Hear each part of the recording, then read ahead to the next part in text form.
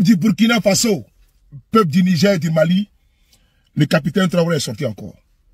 Il a reçu le VDP. Là, cette fois-ci, il est vraiment... Il a monté, il a mis la barre très haute. On se souvient de Saddam Hussein, de Kadhafi. Écoutons le capitaine Ibrahim Traoré. C'est important. Partagez la vidéo. Il faut qu'on se rappelle quelque chose. Dernièrement, il y a une soi-disant ONG. Ce n'est même pas une ONG. Parce que ONG, c'est organisation non gouvernementale. Mais ils ne sont pas non gouvernementales parce qu'ils sont financés par un budget fédéral, par un État. Cette soi-disant ONG-là produit des rapports pour dire que voilà, les FDS, les VDP font des exactions, c'est rentré là, c'est sorti ici. C'est pour entacher votre morale. C'est pour vous faire peur, pour vous empêcher de pouvoir combattre. Non. D'ailleurs, nous allons porter plainte contre cette ONG. Très bien. Parce que il faut que les gens comprennent quelque chose. Ce qui nous arrive ici, c'est vrai qu'ils ont manipulé une partie de nos populations au Sahel ici. Mais ils n'avaient pas cet armement-là. Qu'est-ce qui a amené l'armement assez important dans leur rang? C'est la Libye. Qui a détruit la Libye? C'est cette ONG, cette même ONG qui a fait ces rapports mensongers et donné à qui veut créer une rébellion pour que les gens interviennent et faire tomber Kadhafi et la poudrière se retrouve déversée au Sahel. Ces millions de vies qui ont été ôtées dans le Sahel là, on doit porter plainte contre cette ONG parce qu'elle est responsable de ces rapports mensongers qu'elle a fait pour consolider cette thèse d'attaquer la Libye. Claire. Ils n'ont pas de leçon de morale à nous donner. Voilà. Regardez le monde. Qu'ils aillent défendre les droits de l'homme partout dans le monde d'abord avant de venir ici. Nous avons la chance d'avoir des situations similaires dans ce monde-là. Vous vous êtes engagés volontairement. Il y a des pays où on prend de force, on tue. Tu pars ou tu meurs. D'autres même en voulant fuir finissent par mourir. Ils ne parlent pas des droits de l'homme. Parce que ces gens nous voient comme des sous-hommes.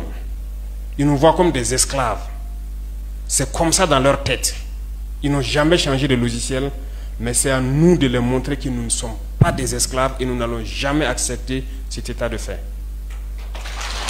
Ça c'est clair. Il n'y a donc pas à se laisser berner par leur histoire qu'ils racontent à qui veut l'entendre. Il faut rester concentré sur votre combat. Restez concentré. Nous savons ce que nous faisons.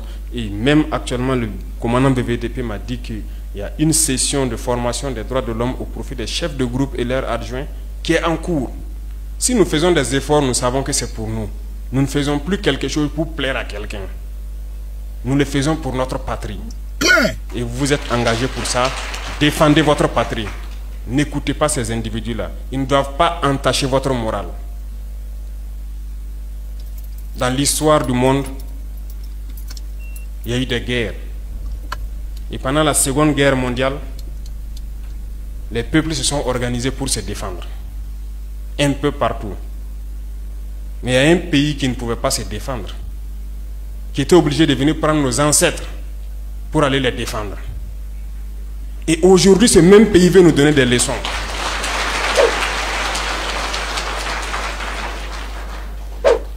L'hôpital qui se moque de la charité. Partagez la vidéo. Non. Vous êtes les descendants de ces mêmes ancêtres qui sont allés défendre les autres, qui ont libéré le monde du nazisme. Aujourd'hui, vous vous battez pour vos terres. Ces mêmes individus osent créer des termes pour vous salir. Nous nous opposons à cela. Nous ne serons jamais d'accord. Continuez à défendre vos terres. Ce sont vos richesses qui intéressent ces gens. C'est notre or, c'est nos minerais qui les intéressent. Sinon, pourquoi venir chercher des villages entiers pour s'accaparer de nos terres? Donc, nous allons combattre et nous allons récupérer nos terres. Nos richesses, ça nous appartient. C'est pour nous, c'est à nous que ça doit profiter. Et à nos enfants. Je vous encourage donc à garder en mémoire que cette guerre, c'est pour nous sortir de l'esclavage. C'est pour notre indépendance. Et vous devez garder le moral haut. Restez debout. Ne jamais céder aux manipulateurs, à ces individus qui ne savent plus cette notion de patrie, ou à ces gens qui viennent de l'extérieur pour essayer de nous dompter à travers leurs termes qu'ils ont inventés eux et leurs organismes qu'ils ont inventés pour nous asservir.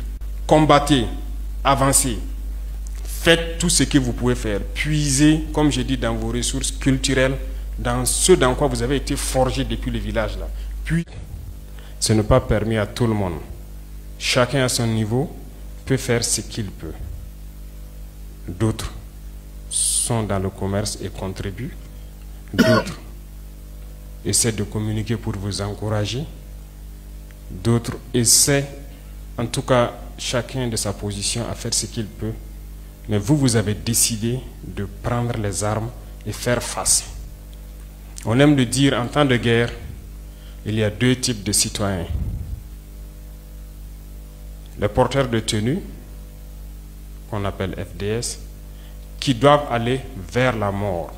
C'est leur devoir. Et les civils qui doivent fuir la mort, parce qu'ils ne sont pas formés pour ça. Mais dans l'histoire des peuples, il arrive toujours ces moments où vous vous retrouvez confronté à votre existence. Soit vous vous battez ou vous disparaissez. Aujourd'hui, le Burkina fait face à son destin. C'est une question d'existence. Et à ces moments cruciaux, parmi ces civils qui devraient donner dos à la mort, vous avez décidé de prendre les armes et faire face et accompagner vos frères d'armes.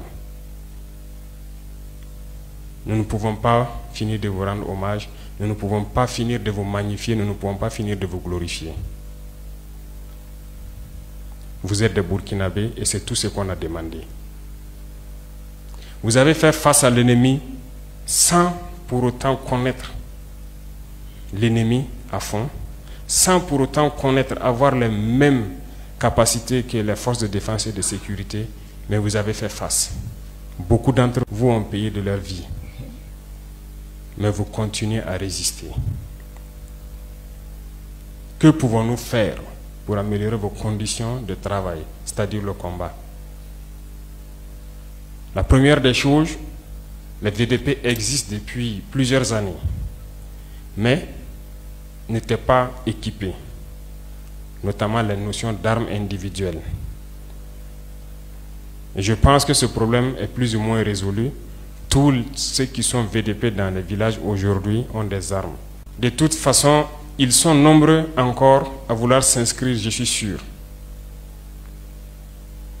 Tous les villageois souhaiteraient peut-être être VDP, mais nous allons aller étape par étape, parce que nous avons demandé aussi aux civils de contribuer, comme je vous disais tout à l'heure, jusqu'à un niveau qui doit permettre de vous prendre en charge. Voilà pourquoi en janvier, nous avons décidé de passer à un autre niveau en termes de primes, mais aussi en termes de prise en charge des blessés et d'assurer un certain minimum. L'équipement va continuer. Et tout ce qui pourra être fait pour vous accompagner, ça va continuer à s'accroître. Au fur et à mesure que nous avançons dans le combat, vous êtes identifiés, vous êtes connus et vous êtes un bloc dans les différentes communes. Voilà pourquoi j'ai ordonné à ce qu'on commande des tenues pour commencer à équiper un peu. Mais l'idéal pour moi n'est pas qu'on achète des tenues de l'extérieur. Il faut qu'on puisse concevoir de nouveaux types de tenues pour vous et nous souhaitons que ces tenues-là soient confectionnées ici. Voilà pourquoi nous sommes en train de... Voilà pourquoi nous sommes en train d'accélérer la mise en place de l'usine qui doit produire une tenue, parce que je souhaite qu'il y ait un modèle particulier, voilà, une tenue spécialement pour cette armée qu'est la BVDP aussi. Donc c'est une question qui va se résoudre, et quoi de plus normal que vous soyez habillés par nous-mêmes à travers notre coton qui est transformé ici. Mais je vous exhorte à ne jamais vous déconcentrer. On ne doit pas être surpris. Il ne faut pas dormir. On ne baisse jamais les bras. Partagez, s'il vous plaît. Regardez aujourd'hui le volume de terroristes qui attaquent le Burkina. Est-ce que vous avez imaginé qu'il y avait ça au Burkina? Ah, ils étaient pourtant là, tapis dans l'ombre, ce qu'on appelle des cellules dormantes. Parce que ceux-là qui nous ont maintenus dans cette situation, le jour qu'ils voulaient, il suffisait qu'ils disent que, ok, au gouvernement, faites ça. Si vous refusez, ils activent. Et il faut combattre. Ce sont des ennemis de la nation. Ils ont décidé d'attaquer leur patrie. Il faut les combattre. C'est sans pitié. L'autre volet, c'est entre vous-même. Il faut que vous surpassez un certain nombre d'événements et ne pas se laisser manipuler. Lorsqu'il y a des événements, il faut éviter de faire des interprétations ou bien de se laisser manipuler. Notre pays a longtemps été dans un système très compliqué. La plupart d'entre vous qui êtes jeunes comme moi, nous sommes nés dans ce système-là. Mais ce n'est pas ça qui peut permettre au Burkina de vivre. Parce que dans cette situation, il y a deux cas seulement. Soit on accepte combattre, ou bien on reste esclave à jamais. Je vous l'ai dit une fois. Et il y en a qui sont esclaves dans la tête. Ils ne peuvent que servir leur maître. Et ces gens-là essaient chaque fois de vous manipuler. Il faut qu'entre vous, vous vous conseillez. Parce que chaque situation peut être exploitée par ces ennemis de la nation-là pour essayer de vous décourager, de vous démotiver. Donc, il faut que vous vous conseillez entre vous et ne pas faire attention à certains propos, même sur certains médias. Tout le monde n'est pas obligé d'être patriote. Vous, vous êtes les premiers patriotes. Vous avez décidé de défendre la patrie. Il n'y en a pas meilleur que ça. Ceux qui veulent vous soutenir, qu'ils vous soutiennent. Ceux qui veulent vous décourager à travers les écrits, il faut fermer les oreilles et avancer. Ceux-là, nous allons les combattre ici. Le message est fort. Alors, le message est limpide. Le message est clair. Sans ambiguïté. Le capitaine Ibrahim Traoré vient de faire le constat clinique. Oui. Des plans, n'est-ce pas, de certains individus qui, ma foi, sous le sceau, n'est-ce pas, des droits de l'homiste, pondent, n'est-ce pas, des rapports biaisés. Parce qu'il faut saper le moral des VDP, des forces de défense et de sécurité, en les menaçant avec, soi-disant, la CPI, avec la justice internationale. Les terroristes, là, on les menace jamais. Hein. Ceux qui se défendent, l'armée régalienne et les VDP, qui se battent pour protéger les enfants, les patries, les terres, les pays, c'est eux qu'on veut menacer sous des rapports fallacieux. Mais ça ne passera pas. Ça ne passera pas.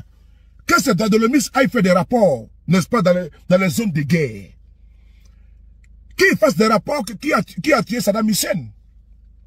Parce que sous le son fallacieux de soi-disant armes de destruction massive en Irak, on a vu, l'Irak a été envahi, Saddam Hussein a été pendu. Où étaient ces droits de l'homme là? Ils étaient où? Aux abonnés absents. Que ceux qui sont intervenus là-bas, là, ils sont où? Ils sont en liberté. Ah, donc c'est les Burkinabés, ils vont venir intimider. Non. Cette fois-ci, là, il y a des hommes qui sont à la tête de ces pays-là. Il y a une génération de rupture qui n'acceptera pas que le chantage passe. Aucun chantage ne passera. Peuple du Burkina, restez derrière votre président et son gouvernement. La patrie ou la mort, nous vaincrons.